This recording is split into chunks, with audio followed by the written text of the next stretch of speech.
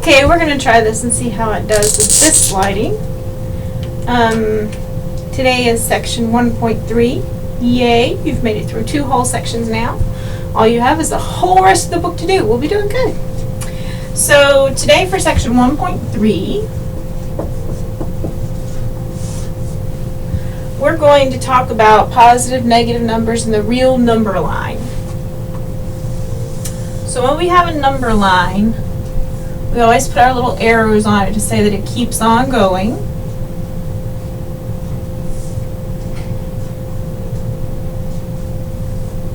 We always have our positive numbers on the right, and we have our negative numbers on the left, and then 0 is neither positive or negative.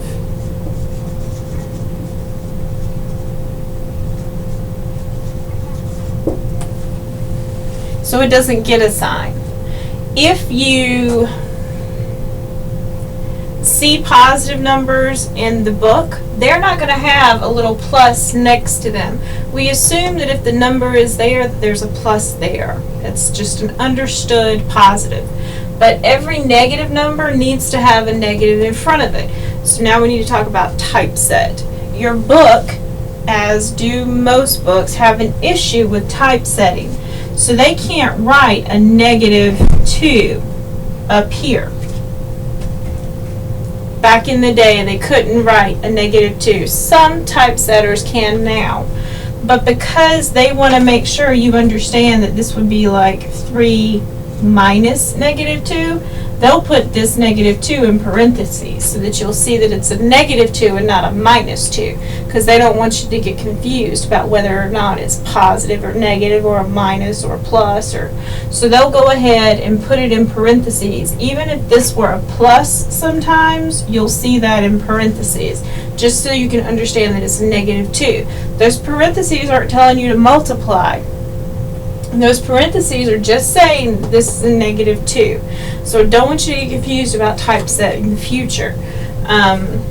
It'll almost get to where you kind of ignore the parentheses unless there's something right beside it that isn't a plus or a minus. So that's my little typeset conversation. So back to positive and negative numbers. The further you go to the right,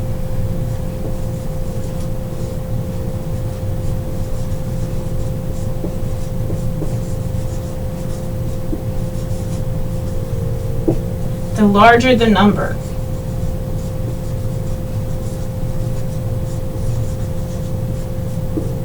This is pretty easy to understand when you're talking about positive numbers, because you know 2 is bigger than 1. There's no question about that. But when you talk about negative numbers, it gets kind of cumbersome as to whether -5 is more or less than -6. -5 is actually more than -6 because it's further to the right on the number line. Just like up here, -1 is further to the right than -2 is. So -1 is actually a bigger number than -2.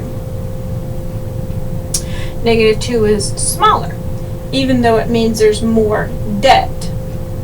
The negative numbers are like debt, like you owe money, and the positive numbers are you have money. So when you owe $2, you owe more than the one beside that, but that's because you're both owing money. So that just means it's on the negative. Sorry. It does not mean that it has a higher value. When you think about owing money, would you rather owe somebody $1 or owe somebody $2? Well, of course you'd rather owe them $1 than you would $2. That means you have more money. So likewise, up here, the thing you want the most is generally the one furthest to the right, just like you always want to have $2 above $1. So the further to the right it is, the larger it is. We need to talk about opposite numbers.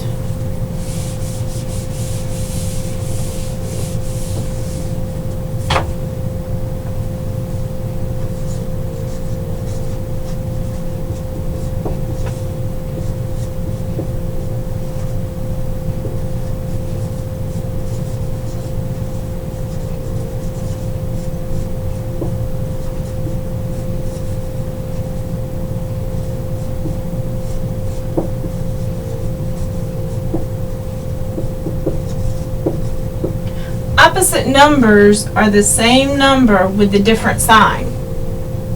So if I gave you the number 13 and I asked you for the opposite, its opposite would be negative 13.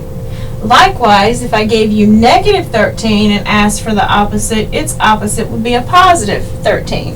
Doesn't matter what the sign is. To find the opposite, you just put the other sign. So if we were to have negative 2 and I asked for the opposite, its opposite would be 2. If I gave you 2 and I asked for its opposite would be negative 2. Same thing if I gave you 5 and I asked for its opposite. You'd tell me it was negative 5. If I gave you negative 5 and I wanted to know its opposite's going to end up being a positive 5. So all you have to do is change the sign to get the opposite.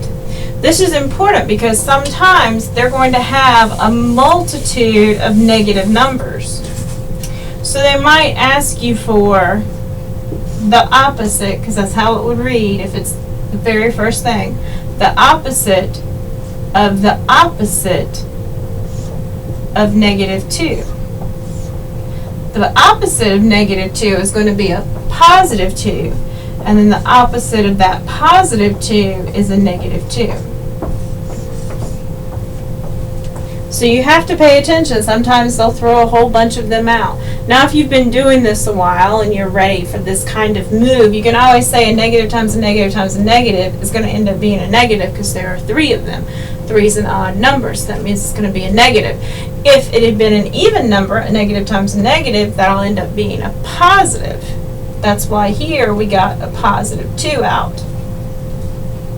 So you can understand how many there are. If you have an even number, it's going to end up being a positive answer. If you have an odd number, it's going to end up being a negative answer. Let me give you 2 to look at. Let's say we had the opposite of a negative 110. Is that going to be a positive or a negative? It's going to be a positive 110. What if I had the opposite of negative 3?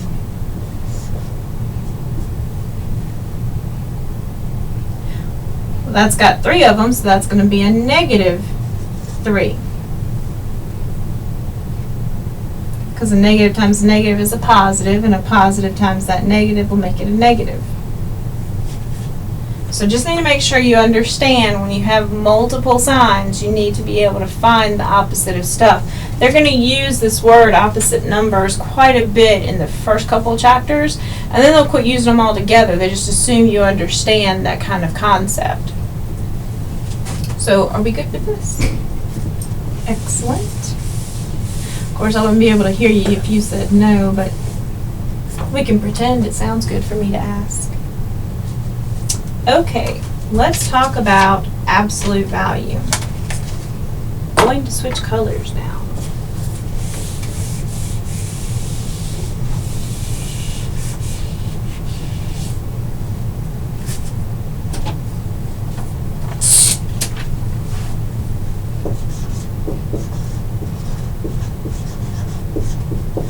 Absolute value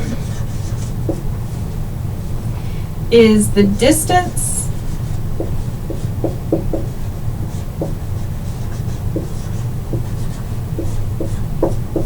a number is away from 0.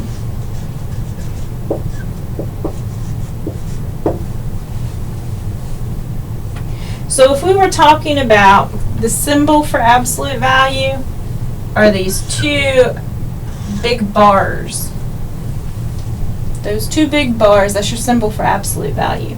So if we were talking about the absolute value of 2, I would look at my number 2 and find out how far it is away from 0, because that's what matters. So from right here over to 0, I have to count over 1, 2. So I have to go over 2 places. That's why the absolute value of 2 is 2. If I were talking about the absolute value of negative 2, then I have to start at negative 2. But I'm still going to the 0. So I would start right here, and I would go over 2 places. So the absolute value of negative 2 is 2, because we went over 2 places. So it doesn't matter whether we're talking about the absolute value of a positive number or the absolute value of a negative number. Your answer should always be positive. Whenever you're talking about distance, you always have to go somewhere. Now you could go in a negative direction like we did here, but that doesn't matter.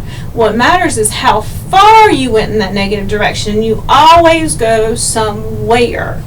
So it's always going to end up being a positive number. You never go back in time. The doctor can do that, but you cannot. So you will never have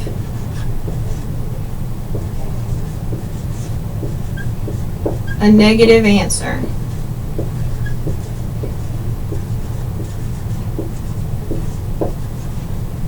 For an absolute value.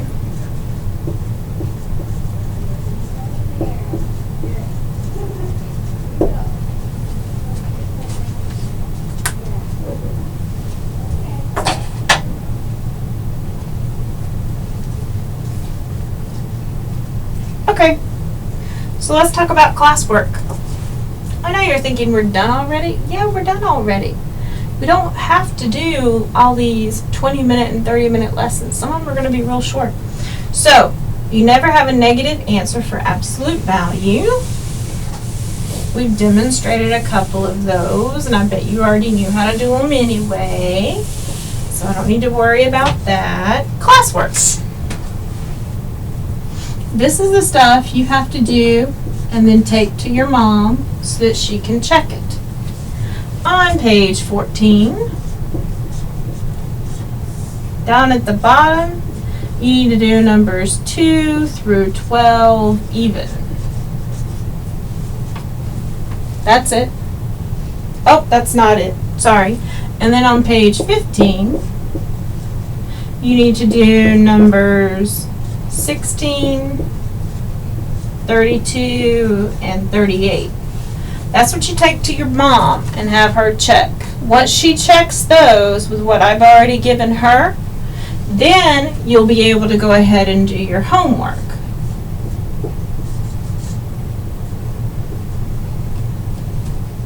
Which is numbers 1 through 45 odd. And that's on page 15. And possibly 16, because you might have to turn the page for that. Okay? And I will see you tomorrow. Have a good day.